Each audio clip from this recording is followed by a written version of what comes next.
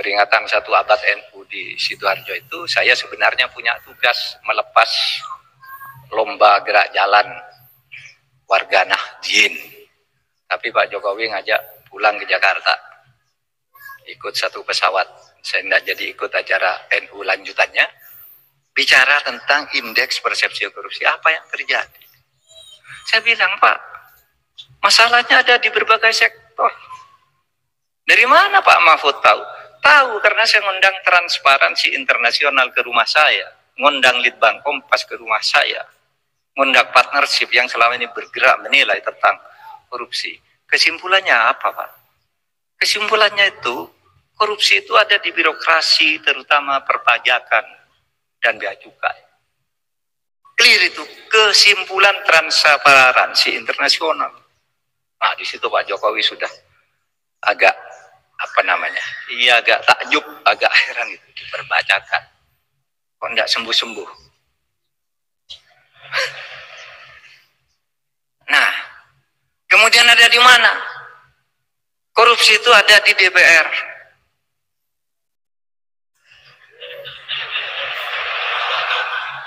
Apa bentuknya di DPR itu? Ya bentuknya konflik of interest. Anggota DPR ada yang merangkap perusahaan ini, perusahaan itu, lalu ketika menyusun anggaran, itu proyek ikut nitip.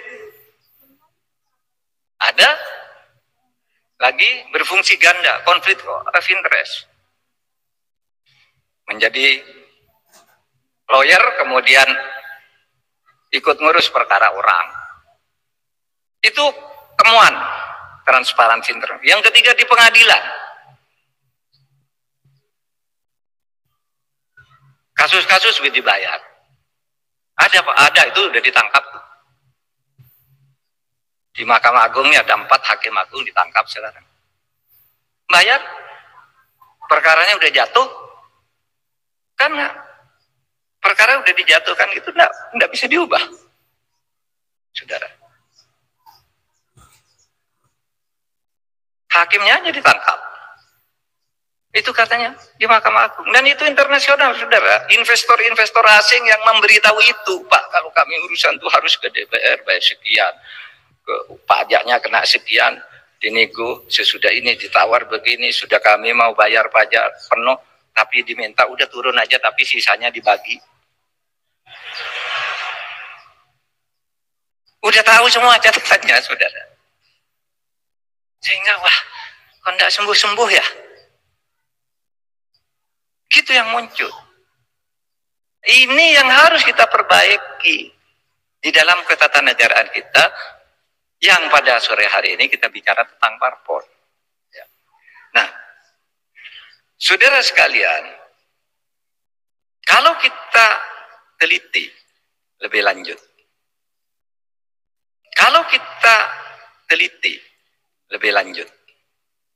reformasi di awal periode era reformasi itu kan kehidupan partai politik itu bagus banget.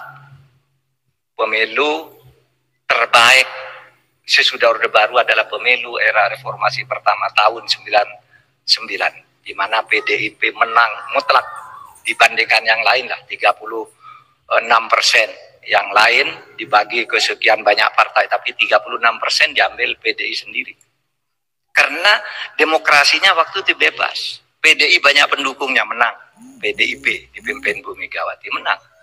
Dan saudara coba lihat, pemilu yang baik, hasil pemilu tahun 99 sampai 2004. Tidak ada korupsi. Bagus, DPR-nya bagus, produknya bagus-bagus, lahir undang-undang KPK, undang-undang MK, undang-undang Komisi Yudisial. Korupsi tidak ada. Saya pernah jadi Menteri Pertahanan, tidak ada kasus korupsi saat itu. Zaman Habibie tidak ada korupsi baru, takut semua. Jangan Mbak Mega juga korupsi, tidak ada. Mungkin ada persoalan penjualan aset yang apa? Ya itu kan bukan korupsi, bisnis. Tapi korupsi yang bersungguh-sungguh kemudian muncul sesudah tahun 2004 dan seterusnya. Di situ mulai timbul politik uang. Saudara. Jadi apa? Terjadi pergeseran-pergeseran. Saya pernah melakukan studi setiap perubahan suatu rezim, suatu era, hukum itu berjalan baik, tapi sesudah sekian lama hukum menjadi jelek karena kontrolnya berubah. Coba, awal kemerdekaan bagus tuh hukumnya, tapi lama-lama timbul konflik. Awal demokrasi terpimpin, semua tertib. Tapi lama-lama terjadi kesenangan berkepanjangan. Awal Orde Baru hebat. Kebebasan pers, undang-undang DPR apa, diatur semua. Bagus. Awalnya. Minimal tahun 66 sampai tahun 69 bagus. Mulai pemilu 71 mulai jelek. Era reformasi juga bagus banget. Tapi lama-lama terjadi degradasi. Nah ini yang harus kita perbaiki, saudara. Sehingga dengan demikian apa ingin saya katakan pada menit-menit terakhir ini, saya ingin menyampaikan hal-hal sebagai berikut. Saudara, parpol itu adalah instrumen konstitusi untuk menjaga negara. Oleh sebab itu partai politik harus diperbaiki tata kelolanya dan proses rekrutmen politisinya.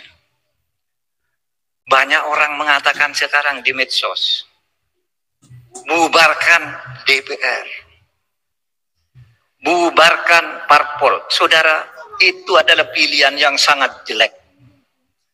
Saya ingin tegaskan, daripada tidak ada DPR, daripada tidak ada parpol, lebih baik kita hidup bernegara ini mempunyai DPR dan mempunyai parpol meskipun jelek. Iya, begini saudara. Kalau negara berubah ke monarki, potensi kesewenang-wenangan di dalam negara apapun, kalau monarki, itu potensi kesewenang-wenangannya besar, sementara masyarakat tidak punya peluang untuk mengontrol. Di dalam sejarah kebangunan khilafah Islam, itu pelanggaran dan kesewenang-wenangan luar biasa banyak terjadi. Pembunuhan terhadap ulama-ulama itu terjadi di khilafah Islam karena beda pandangan politik, memberi fatwa yang berbeda.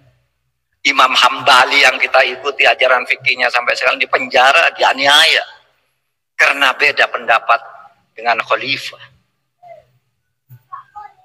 Dan tidak ada yang berani ngontrol. Tetapi coba kalau demokrasi meskipun partainya jelek, bisa dia punya pulang konstitusi mengatakan partai gitu. Dalam situasi tertentu partai meskipun jelek ini bisa dipakai untuk memperbaiki negara.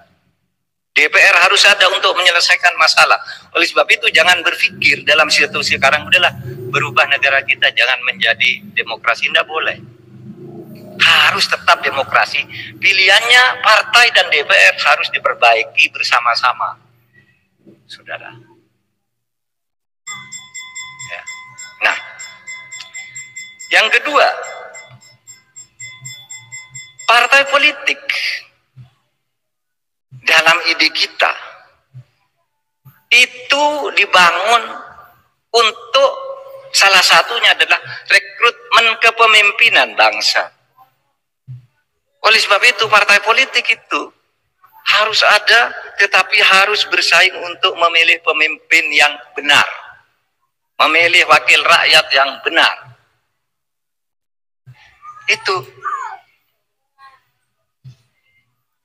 Jadi partai politik itu bukan untuk saling meniadakan, saling membutuhkan, saling membunuh. Saya calonkan ini, kalau ini kalah lalu pecah. Nggak boleh. Yang menang ini harus diterima sebagai produk persaingan yang fair. Di dalam kita bernegara. Jadi bukan saling memfitnah, saling membantai. Udahlah, sayang kalau memang pilihanmu yang menang dipilih oleh rakyat, kita akui bersama. Anda mau bergabung boleh, beroposisi juga boleh, tapi oposisi itu ada batas-batas konstitusionalnya juga. Yang penting partai sehat, parlemen sehat. Saudara. Dan yang terakhir, saudara, tidak ada partai politik itu yang jelek benar. Tidak ada partai politik itu yang baik benar. Di partai apapun ada orang baiknya. Tapi di partai apapun juga ada koruptornya. Oleh sebab itu, ini yang harus diperbaiki. Nggak ada pemerintah. Loh, KPU nggak beres. KPU itu bukan pemerintah. KPU itu yang membentuk DPR.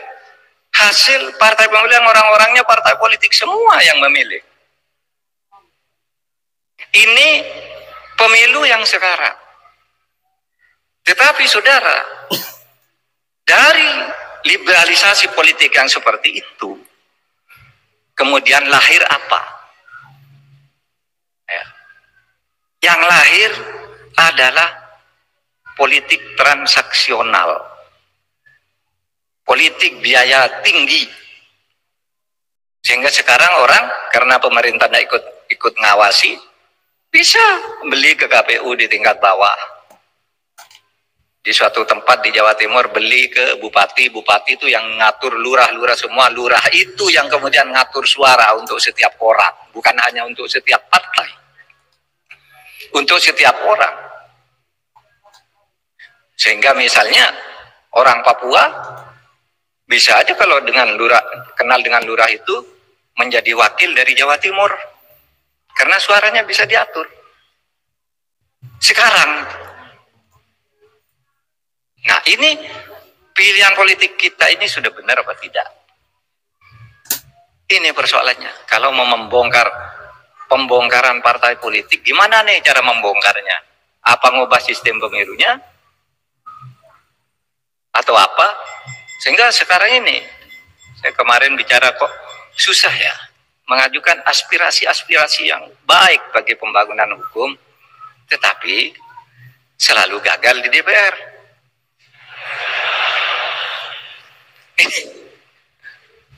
Lalu siapa ini yang salah? Ini